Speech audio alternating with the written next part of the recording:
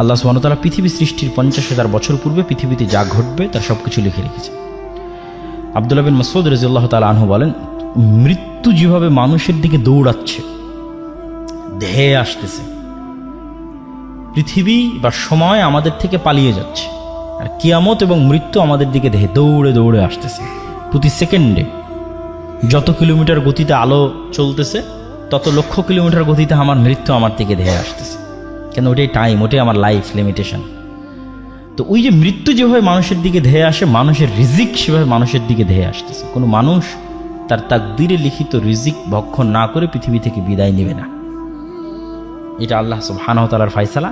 এই তাকদীরের বিশ্বাসটা আপনাকে কাজে দেবে হার্ড টাইম, কঠিন সময়। আর বাকি সময়ে আল্লাহর দয়া এবং আল্লাহর রহমত অনুসন্ধানের জন্য জান প্রাণ বাজি রেখে চেষ্টা করতে হবে। আর কে তাকদীরের একটা হাদিস বলতে চেয়েছিলাম, রাসূলুল্লাহ সাল্লাল্লাহু আলাইহি ওয়াসাল্লাম বলেছেন, পৃথিবী সৃষ্টির 50,000 বছর পূর্বে আল্লাহ সুবহানাহু ওয়া তাআলা পৃথিবীতে যা যা ঘটবে তার সকল কিছুর তাকদীর তিনি লিখে রেখেছেন।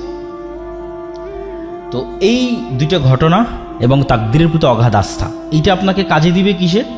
ঘরে বসে থাকার প্রতি উৎসাহিত করার জন্য না। ঘরে তো বসে থাকা যাবে না, কেন? আমি তো আগেই বলেছি যে পৃথিবীতে যা রিজিক ছড়িয়ে আছে তা কার দয়া? সব দয়া তো কাফের মুশরিকানে নিয়ে চলে গেল। তাহলে মুসলমানেরা ঘরে বসে থেকে কীভাবে দাবি করে যে সে আল্লাহর বান্দা? আল্লাহর বান্দা হলে আল্লাহর দয়া অনুসন্ধানের চেষ্টা করতে হবে। সাহাবীরা করেছে, নবী রাসূলেরা করেছে, আমাদেরকেও চেষ্টা করতে হবে। কিন্তু তাকদীরের প্রতি বিশ্বাসটা কাজে দিবে কোথায়? যখন কঠিন সময়, তখন। যেটাতে রাসূলুল্লাহ সাল্লাল্লাহু আলাইহি ওয়াসাল্লাম এই হাদিসে বলতেছেন যে কাতাবাল্লাহ মাকাদির আল খালাইক ক্বাবলা আন ইয়াখলাকাস সামাওয়াতি ওয়াল আরদ বি50,000 সানা। আর দুনিয়া বিমুখতার যে হাদিসগুলো, ইসলাম সন্ন্যাসবাদ কখনোই নয়। এত বড় বড় কোটিপতি সাহাবী আছে, সব রাসূল সাল্লাল্লাহু আলাইহি ওয়াসাল্লামের জান্নাতের সুসংবাদপ্রাপ্ত 10 জন সাহাবী, যে 3 জনের নাম বললাম। উসমান গনি, তার নামই দেওয়া হয়েছে ধনী, গনি মানে ধনী। জুবাইর ইবনুল আওয়াম, তৎকালীন মদিনার ব্যাংকিং সিস্টেম উনি কন্ট্রোল করতেন। সবাই এসে তার কাছে টাকা জমা রেখে যেত, উনি মানুষের টাকার লেনদেন করতেন, উনি নিজেও কোটিপতি ছিলেন। ওনার বিশাল বাংলো বাড়ি ছিল মদিনাতে, যেটার কিছু ভগ্নাংশ, খণ্ডিত অংশ এখনও পাওয়া যায় মদিনাতে। বড় বড় সব খেজুর বাগানের মালিক ছিল। আর আরেকজনের নাম বললাম আব্দুর রহমান বিন আউফ। 3 জনই কোটিপতি, 3 জনই জান্নাতের সুসংবাদপ্রাপ্ত। তাহলে তো এটা বলার কোনো অপশন নাই, সুযোগ নাই যে ইসলাম সন্ন্যাসবাদকে সাপোর্ট করে, এটা বলার সুযোগ নাই। কিন্তু দুনিয়া বিমুখতার যে হাদিসগুলো বা দুনিয়া বিমুখতার যে ঘটনাগুলো, এগুলো হচ্ছে আপনাকে সাপোর্ট দিবে আপনার টাফ টাইম এবং হার্ড টাইমে।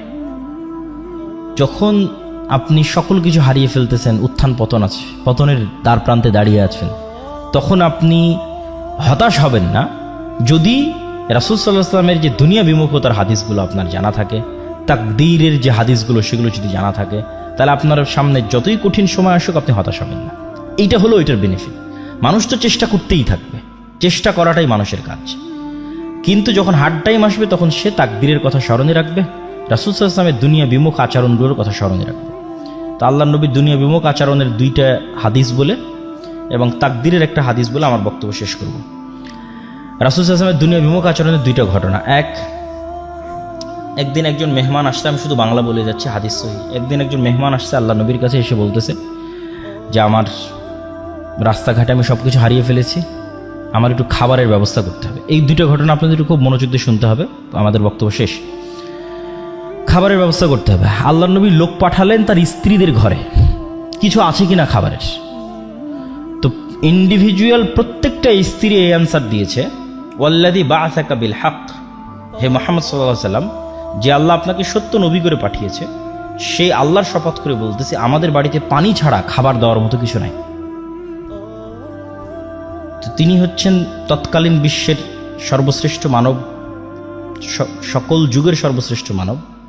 তার বাড়িতে মেহমান এসেছে, মেহমানকে খাওয়াবেন, খাওয়ানোর মতো তার কোনো স্ত্রীর বাড়ি থেকে এ আনসার আসলো না যে এখানে একটা খেজুরের দানা আছে, তাকে খাবার হিসেবে দেওয়া যায়, বা আটা আছে সেটিতে রুটি তৈরি করে দেওয়া যায়, বা গোস্ত আছে দেওয়া যায়।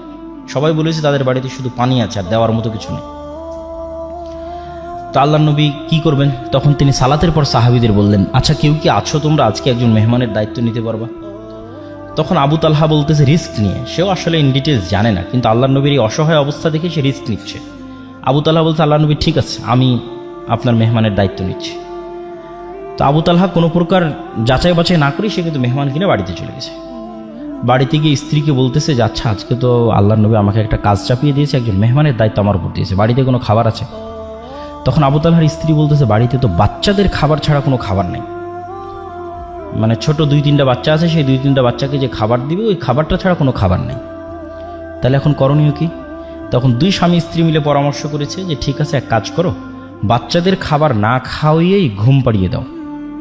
বাচ্চাদের খাবার খাওয়ায়ও না, তাদেরকে না খাওয়িয়েই ঘুম পাড়িয়ে দাও।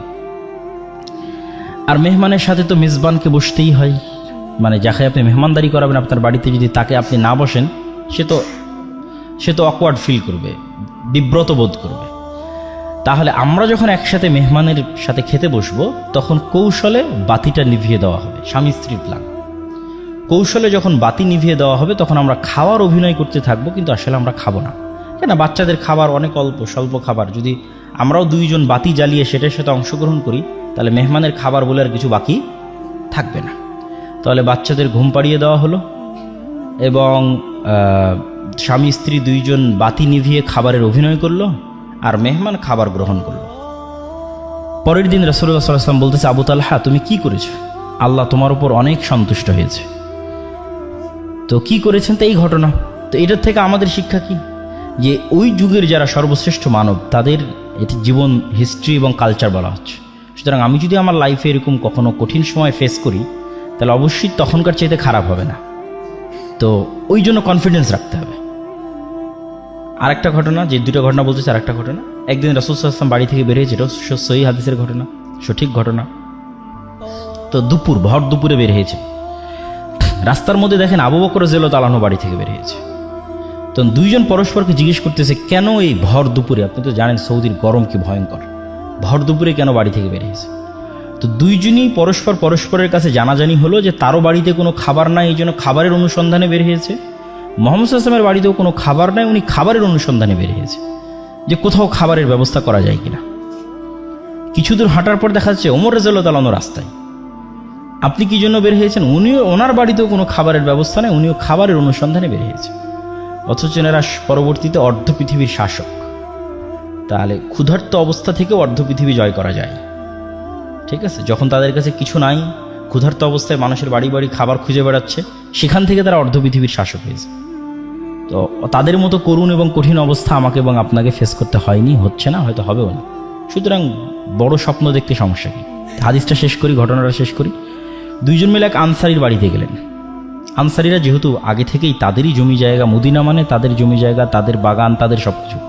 এনারা তো আসছে মক্কা থেকে হেল্পলেস অবস্থায়।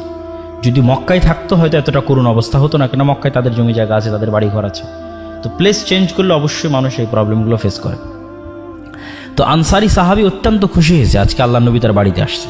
আমাদের গ্রামেও যেমন ভালো কোনো মেহমান যায় তখন কিন্তু বাড়ির আমাদের মায়েরা বড় মোরগ বা ভালো যে মুরগি থাকে সেটা কিন্তু জবাই করে, এটা টেন্ডেন্সি, কালচার। তো আনসারি সাহাবী আল্লাহ নবীকে দেখে তাড়াহুড়া করে খেজুরের পুরো থোকা পেড়ে আল্লাহ নবীর সামনে রেখে বলতেছে ওখানে কাঁচা আছে পাকা আছে খান। তাড়াতাড়ি বাড়ি থেকে ছুরি বের করে নিয়ে ছাগল জবাই করতে চলে গেছে, যে আজকে আল্লাহ নবী তার বাড়িতে আসছে, সে ছাগল জবাই করে রান্না করে খাওয়াবে। তো ছাগল জবাই হলো, রান্না হলো, খাওয়া দাওয়া হলো, খেজুর খাওয়ানো হলো, ছাগলের দুধ দেওয়া হলো, যত রকমের ব্যবস্থাপনা ছিল সবই করা হলো। শেষ করে এখন যখন ফিরে আসতেছেন তখন রাসূলুল্লাহ সাল্লাল্লাহু আলাইহি ওয়াসাল্লাম আবু বকর এবং ওমরকে বলতেছে তোমরা বাড়ি থেকে বের হয়েছিলে ভরা পেটে আর এখন খালি পেটে, আর এখন তোমরা বাড়িতে ফিরে যাচ্ছ ভরা পেটে।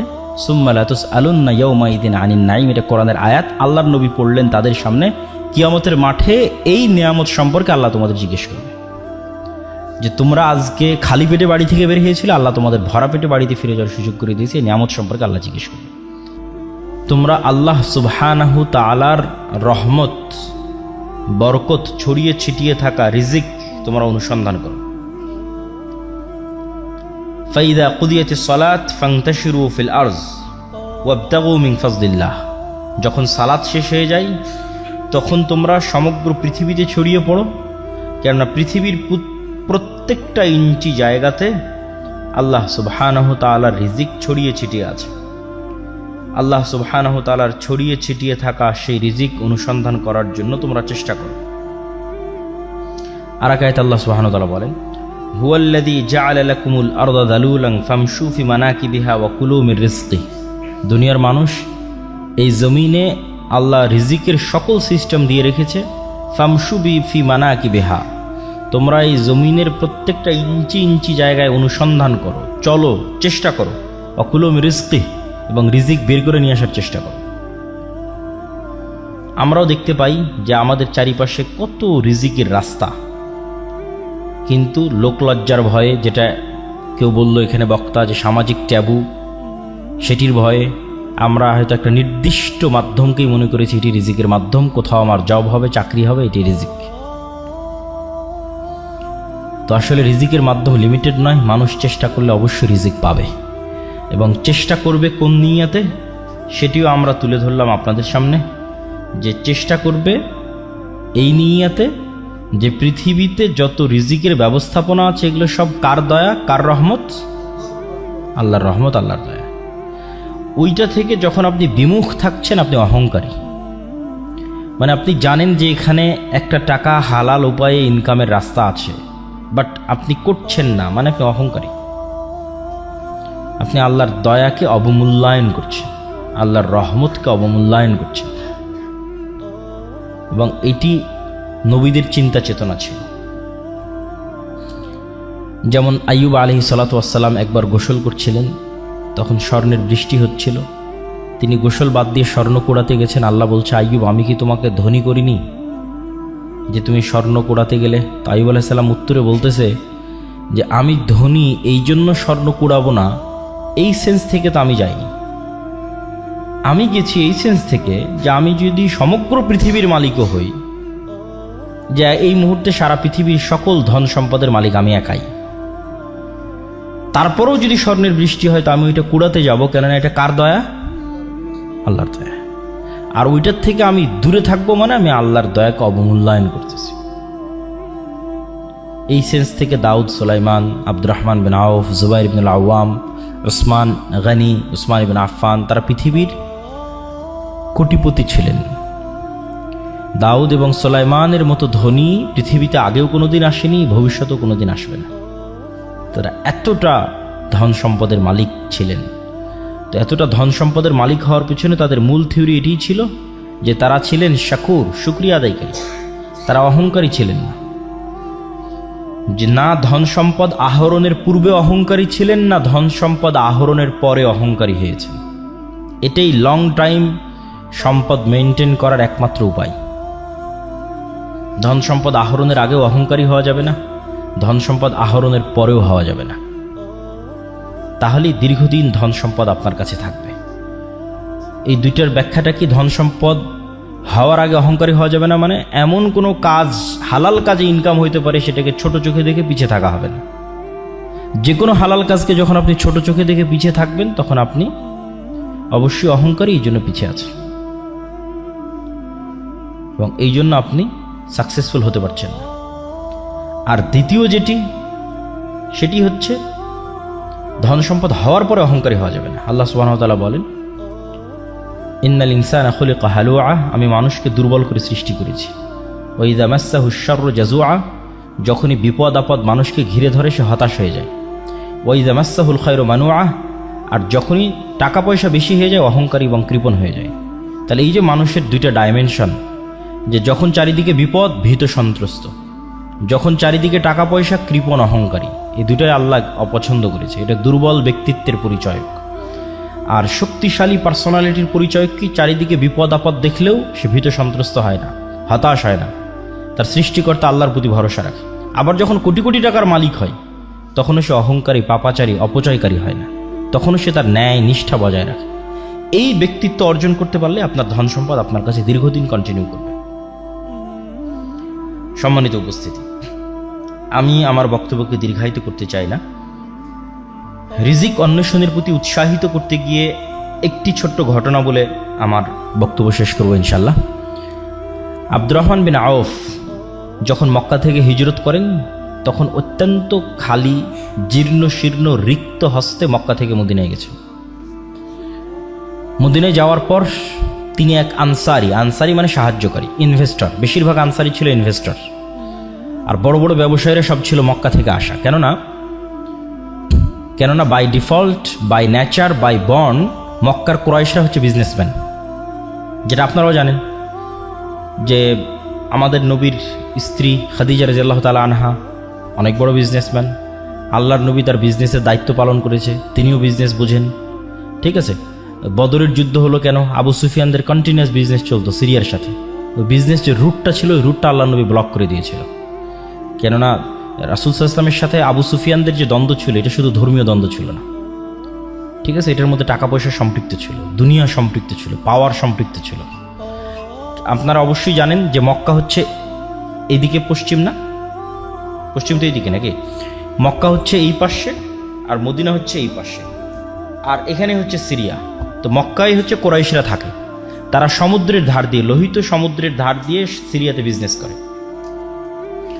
তো এই বিজনেস রুটে মধ্যে মদিনা। তো যখন মুহাম্মদ সাল্লাল্লাহু আলাইহি ওয়াসাল্লাম মক্কা থেকে হিজরত করে মদিনায় আসলেন, তখন তিনি বিজনেস রুট বন্ধ করে দিলেন। তো ওরা বিজনেস করবে কিভাবে?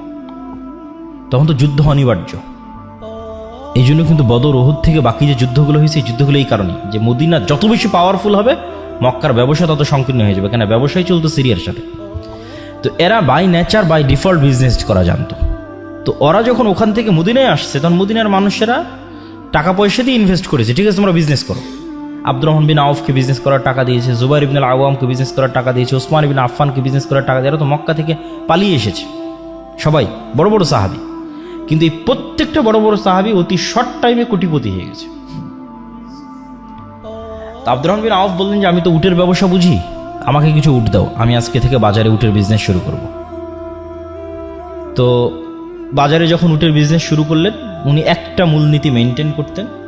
উট বিক্রি করার আগে বিভিন্ন অঞ্চল থেকে মানুষজন আসতো, উটের বাজারে, উটের হাটে উট উঠতো। যেমন আমাদের অঞ্চলে কুরবানির সময় গরুর হাট হয়, গরুর হাটে উট উঠতেছে। তো উনি উটের খুঁটিনাটি সম্পর্কে খুব অভিজ্ঞ ছিলেন। উটের নেচার, স্বভাব, উটের খাওয়া, উটের ফুড সিস্টেম, ঠিক আছে, উটের আবাস, বসবাস, উটের কালার, রং, শক্তি, সামর্থ্য, জীবন প্রণালী, বংশধারা, এভরিথিং সম্পর্কে খুব জানতেন। তো যে বিষয়ে মানুষ বিজনেস করুক, ওই বিষয়ে নলেজ না থাকলে তো আসলে সে বিজনেস করতে পারবে না। তো যেহেতু উনি উট বিষয়ে সবচেয়ে পারদর্শী, এই জন্য উনি উটের ব্যবসায় হাত দিলেন। উটের ব্যবসায় যখন হাত দিলেন, তখন একটা মূলনীতি ছিল ওনার, সেটা হচ্ছে হাইয়েস্ট সেল, লোয়েস্ট লাভ। ঠিক আছে, এবং এটা ছিল ওনার সবচেয়ে বড় পলিসি, যেই পলিসি দিয়ে উনি মানুষের বিশ্বাসযোগ্যতা অর্জন করেছে এবং ধনী হয়ে গেছে, কোটি কোটি টাকার মালিক ছিলেন। তো এই জন্য মানুষ যখন উটের দরদাম করতে আসতো, উনি বলতেন ঠিক আছে আপনি কততে দরদাম মনে করেন ফাইনাল হলো, যে আমি এই জিনিসটা, এই উটটা, এই গরুটা 2 লাখ টাকায় কিনবো। তখন উনি নিজে থেকে ধরিয়ে দিতেন যে এই উটের কিন্তু এই সমস্যা আছে। তখন গ্রাহক আরও দাম কমাতো। তারপরে ধরেন 1,80,000-তে ফাইনাল হলো, উনি আর একটা সমস্যা ধরাই দিতেন। উনি বিক্রি করতেছেন, বাট উনি আবার সমস্যা ধরাই দিচ্ছেন। এটার মূল কারণটা ছিল উনি হচ্ছে অল্প মার্জিন লাভে জিনিস ছেড়ে দিতে চান, আর ওই কাস্টমারের বিশ্বাসযোগ্যতা অর্জন করতে চান, যেন ওই কাস্টমার ভুলেও আর সেকেন্ড কারো কাছে উট কোনোদিন ক্রয় করতে না যায়। তো ওনার প্ল্যান এটাই যে আমি যদি একটা পণ্য বিক্রি করে 500 টাকা লাভ করি, আর সেই জায়গায় যদি আমি 1000টা পণ্য বিক্রি করতে পারি 1 টাকা করে লাভ করি, তাহলে 1000টা পণ্য বিক্রি করলাম, 1 টাকা করে লাভ করলাম, লাভ হলো 1000 টাকা। একটা পণ্য বিক্রি করলাম, একটা পণ্যতে 500 টাকা লাভ করলাম, মানুষের বিশ্বাসযোগ্যতা অর্জন করতে পারলাম না। কোনোদিন মানুষ আশেপাশের বাজার তদন্ত করে আমার রেটটা যদি বেশি মনে হয় বা আমার কোনো ফলস ধরা পড়ে, সে আমার কাছে দ্বিতীয়বার আসবে না। তো দ্বিতীয়বার আমি কাস্টমারটাকে হারিয়ে ফেললাম। একবারের বেশি লাভ করতে গিয়ে আমার লং টাইম বিজনেসের যে ধারা, সেটি ধ্বংস হয়ে গেল। তো এই জন্য আমাদেরকে সবসময় লং টাইম প্ল্যান রাখতে হবে, দীর্ঘমেয়াদী প্ল্যান থাকবে, অল্প লাভে বেশি সেল করার পরিকল্পনা রাখতে হবে এবং বিশ্বাসযোগ্যতা অর্জন করার চেষ্টা করতে হবে। তাহলে অবশ্যই ব্যবসাতে বরকত হবে।